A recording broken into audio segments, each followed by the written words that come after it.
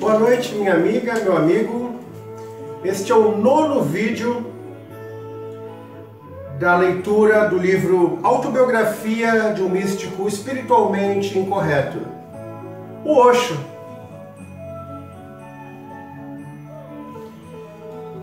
Bem, paramos na página 20, estávamos falando da infância do Osho, vislumbres de uma infância dourada,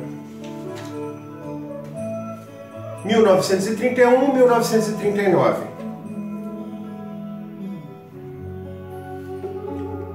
No vídeo anterior, eu terminei na parte em que o Osho diz que 99% dos maridos são dominados pelas mulheres, mas que para ele isso pouco importa, tudo bem. Eu posso compreender o velho homem, o meu avô, assim estava falando o Osho. Eu posso compreender o velho homem, meu avô, e o problema que as minhas travessuras lhe causavam. Durante todo o dia ele ficava sentado em seu gadi, assim era chamada a cadeira de um homem rico na Índia, mas ouvindo reclamações do que atendendo a sua freguesia. Mas ele costumava dizer aos reclamantes: eu estou pronto para pagar qualquer dano que o menino tenha causado, mas lembre-se, eu não vou puni-lo. Talvez aquela grande paciência que ele tinha em relação a mim, uma criança travessa, nem mesmo eu a teria. Se uma criança como aquela fosse entregue a mim para ser criada durante anos, meu Deus, depois de alguns minutos eu já teria expulsado a criança para fora e para todo sempre. O Osho confirma que ele foi uma criança muito terrível, que ele deu muito trabalho pro avô e que se fosse confiado a ele uma criança, igual ele foi enquanto criança, ele não ia aguentar a criança e ia colocar a criança para fora da casa. Eu vou abaixar um pouquinho, porque o áudio que vocês escutam aí não é o mesmo que eu escuto aqui, e atrapalha um pouco a leitura. Talvez aqueles anos tenham feito uma espécie de milagre em mim, e um milagre também no meu avô. Aquela imensa paciência foi recompensada. Ele foi ficando cada vez mais silencioso. E eu o vi crescer a cada dia. De vez em quando ele dizia: Nana, você pode me castigar? Você não precisa ser tão tolerante. De vez em quando o Osho falava para o avô: Nana, que é assim que chama o avô materno, você pode me castigar? De vez em quando. Você não precisa ser tão tolerante comigo. E acredite, ele chorava. As lágrimas vinham-lhe aos seus olhos e ele me dizia: castigá-lo? Mas eu não posso fazer isso. Eu posso castigar a mim, mas não a você. Que homem amoroso, que homem, que avô bondoso que o Osho teve. Realmente uma infância dourada. Nem sequer um único momento eu vi em seus olhos a sombra de um sentimento de raiva dirigido a mim. E acreditem-me, eu fiz todas as travessuras possíveis e imagináveis. De manhã, antes mesmo do desjejum, eu já estava às voltas com as minhas traquinagens e continuava até tarde da noite. Às vezes eu voltava para casa muito tarde, às 3 horas da manhã. Mas que homem era aquele? Ele nunca disse: você chegou tão tarde, isso não é hora de uma criança voltar para casa. Não, nenhuma única só vez ele me chamou a atenção.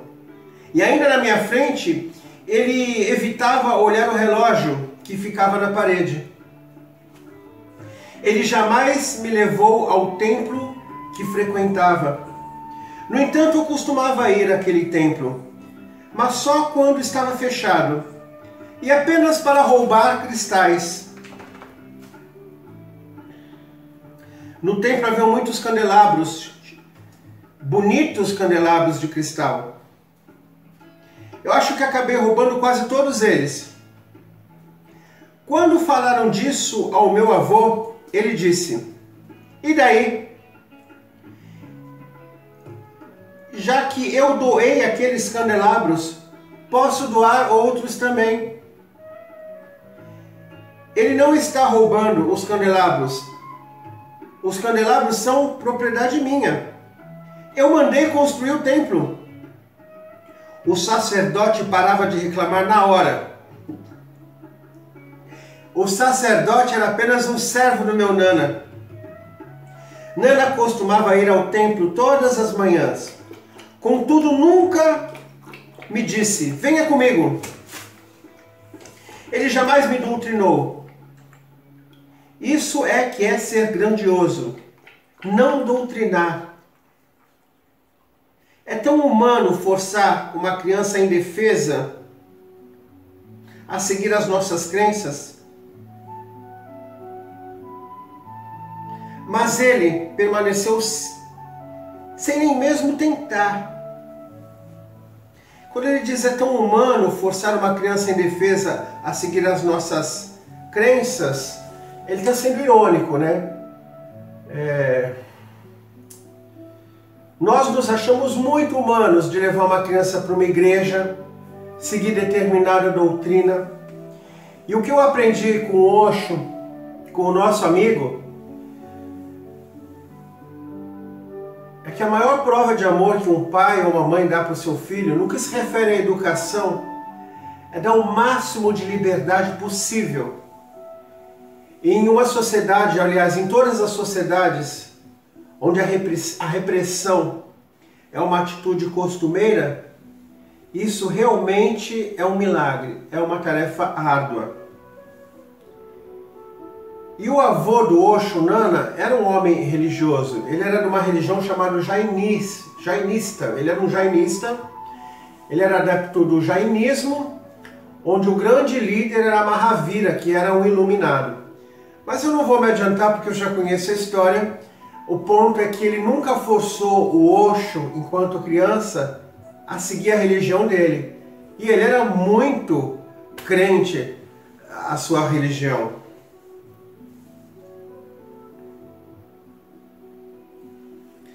No momento em que vocês veem alguém sobre a sua dependência, vocês começam a doutriná-lo.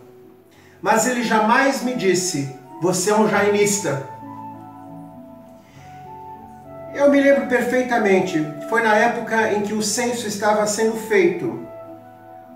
O recenseador chegou à nossa casa e fez muitas perguntas sobre uma infinidade de coisas. Ele perguntou ao meu avô qual era a sua religião. Nana respondeu jainismo.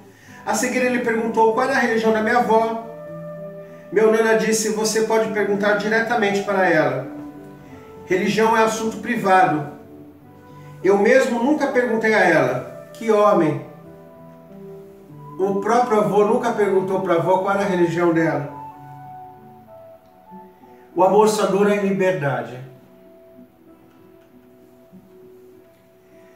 Minha avó respondeu: "Eu não acredito em religião alguma, qualquer que seja ela. Todas as religiões me parecem infantis."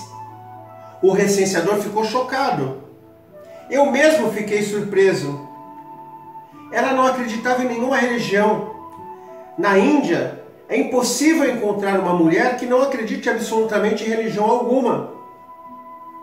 Mas ela nascera em Cajurano, talvez no seio de uma família de trântricos, que nunca acreditaram em religiões. Ela praticava meditação, mas nunca acreditou em religião alguma. Isso pode soar um pouco lógico para a mente ocidental. Meditação sem religião? Mas sim, é verdade. Se vocês acreditam em alguma religião, vocês não conseguem meditar. A religião é uma interferência na sua meditação. A meditação não precisa de Deus, nem do céu, nem do inferno, nem do medo, do castigo, nem da atração pelo prazer. A meditação nada tem a ver com a mente. A meditação está além da mente, enquanto que a religião é só mente. Está no interior da mente. Eu sabia que Nani nunca tinha ido ao templo. Nani é a avó. Eu sabia que Nani nunca tinha ido ao templo. Mas mesmo assim, ela me ensinou um mantra que vou revelar agora pela primeira vez. É um mantra jainista, porém não tem nada a ver com o jainismo em si. É puramente acidental o fato de ele estar relacionado com o jainismo. O mantra é maravilhoso, vai ser muito difícil traduzi-lo, mas farei o melhor que puder. Ou pior, primeiro ouça o mantra em toda a sua beleza original. Nano Amihanta Nano Amo. Nano Siddhantamana Nano Amo. Nano Uvamano Mano Mano. Mano Loi Savana Mano Mano. Agora o meu esforço para a tradução. Eu desço aos pés dos Aribatanas. Eu me inclino diante deles. O jainismo é Aribanta. E o mesmo que Arbate, do budismo, o nome daquele que alcançou o último estágio, mas não se importa mais com ninguém. Ele voltou para casa e deu as costas ao mundo. Essa também é uma outra maneira de tentar explicar o fenômeno da iluminação. O ponto mais alto da consciência humana, casar-se com o vazio, ser um nada. E para Mahavira é voltar para casa e não se importar com mais ninguém. Agradeço muito a atenção, continue comigo, continue com a nossa ONG e até o próximo vídeo. Autobiografia de um místico espiritualmente incorreto. O Osho.